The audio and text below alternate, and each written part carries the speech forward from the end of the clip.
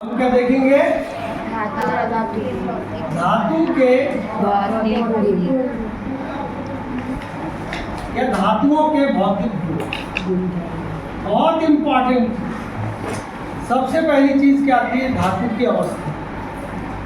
सबसे पहले क्या चीज आती है? धातु की अवस्था में जाता है। बहुत सी अवस्था है, उसका रंग है, और क्या जाएगा?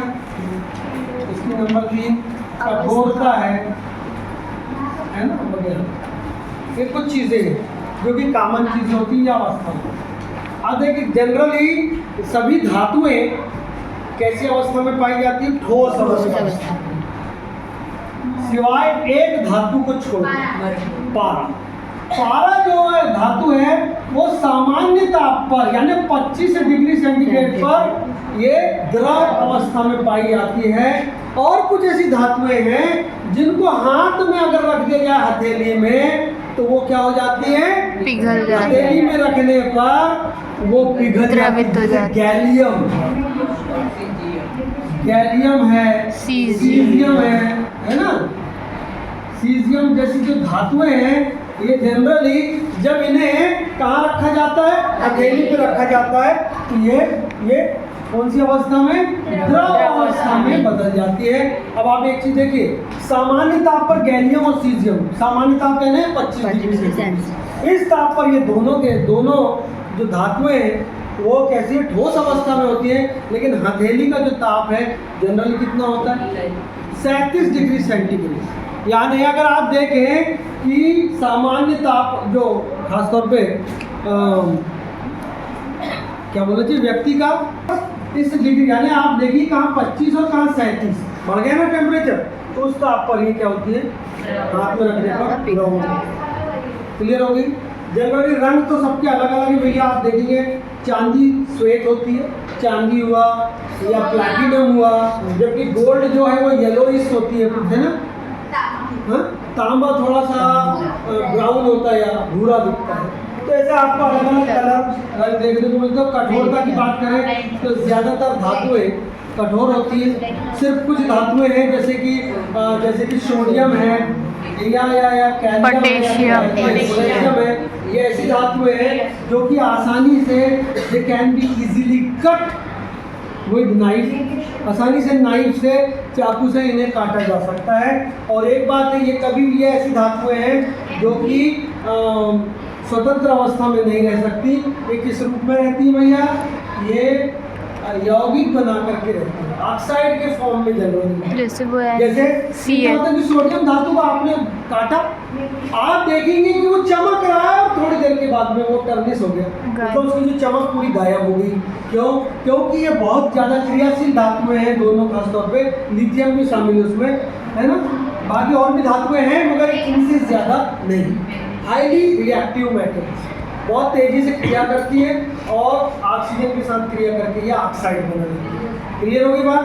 तो ये आपको इतना समझ। इसके बाद नंबर 2 पे अपन आ जाते हैं। इसमें देखते हैं क्या, इसमें तन्यता का गुण पाया जाए। तन्यता क्या होती है भाई? तन्यता का मतलब होता है फैलना। तन्यता का मतलब होता है कि इसके तार खींचो, है ना। तन्यता का गुण इनमें पाया जाता है। तन्यता को इंग्लिश या एग्जैक्टली लाइक रबर, इनके आसानी से धातुओं के तार खींचे जा सकते। फ्लेक्सिबिलिटी ऐसा कुछ इंग्लिश में क्या कि जिन तांबे के तारों से इलेक्ट्रिसिटी पास होती है या एल्यूमिनियम के तारों से पास होती है, तो वो काहे से हो रही? तारों से तो हो रही है ना, कि कुछ और उसमें लगा नहीं ना भाई। तो उनके तार आसानी से खींचे जा सकते हैं। बड़े बहुत ये क्या होते हैं, ज़्यादा से ज़्यादा स्ट्रेंथ वाले होते हैं और लंबे समय तक ये ईमानदारी से अपना कार्य करते हैं। आपने देखे हुए कभी कटते पिटते नहीं, ये जल नहीं जाते आसानी से, है ना। अब वो नेचुरली अगर कहीं से कोई भाई फैक्ट्री से डिफॉल्ट है, कुछ फॉल्ट आ गया है तो एक अलग चीज़ है। बाकी ये तन्यता का गुण पाया जाता है, अर्थात इनके क्या बनाए जा सकते हैं? धातुओं के तार बनाए जा सकते हैं, खींच करके तार बनाए जा सकते हैं। ये हो गया तन्यता, यानी इसको क्या बोलते हैं इंग्लिश में? डक्टाइल बोलते हैं। डक्टाइलिटी का गुण इनमें पाया जाता है। The property of ductility is found in all metal, mostly in all metal except mercury को छोड़ दीजिए। है। इसके बाद में तीसरा आ जाता है इसमें, इसको बोलते हैं आघात वर्धनीयता। आघात वर्धनीयता इंग्लिश में बहुत बड़ा शब्द है। मैलिएबिलिटी, मैलिएबिलिटी का गुण इनमें पाया जाता है। मैलिएबल होती है मैटर, यानी आघात वर्धनीय होती है। आघात वर्धनीय का मतलब होता है पीट पीट कर इनके चादर बनाए जा सकते हैं, है ना। पीट पीट कर क्या बनाए जा सकते हैं?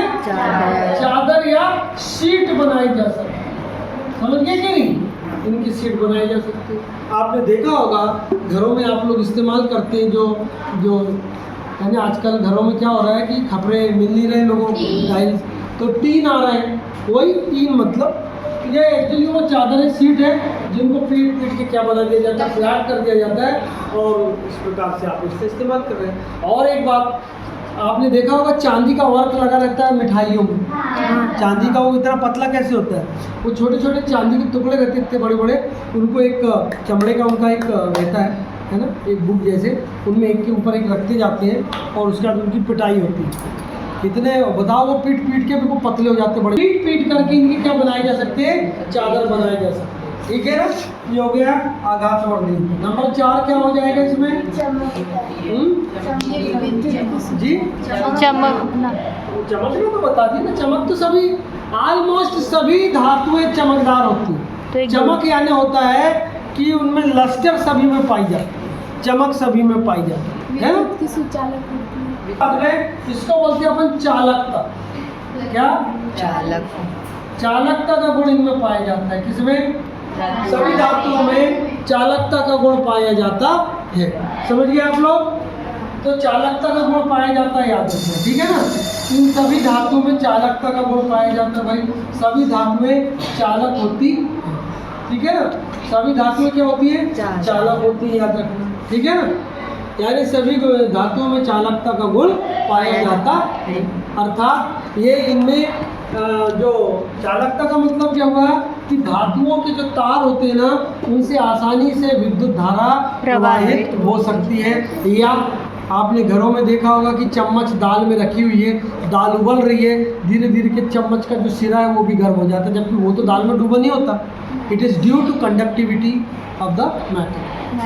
यानी ये धातु की चालकता के कारण ऐसा कि गर्म कहीं हो रहा, यानी ऊष्मा और विद्युत के ये सुचालक होती है। कौन? धातुएं विद्युत और ऊष्मा की सुचालक होती है। सुचालक है ना, ये सुचालक होती है। इसके बाद नंबर 5 सोनोरिटी का गुण पाया जाता है इनमें। इसको बोलते हैं ध्वनिकता। कंपन होता है, ध्वनिकता का गुण इनमें पाया जाता है। ध्वनिकता क्या होती है? ध्वनिकता का मतलब होता है सोनोरिटी। सोनोरिटी का मतलब होता है कि जब इन्हें पीटा जाता है ना तो टन की आवाज आती है।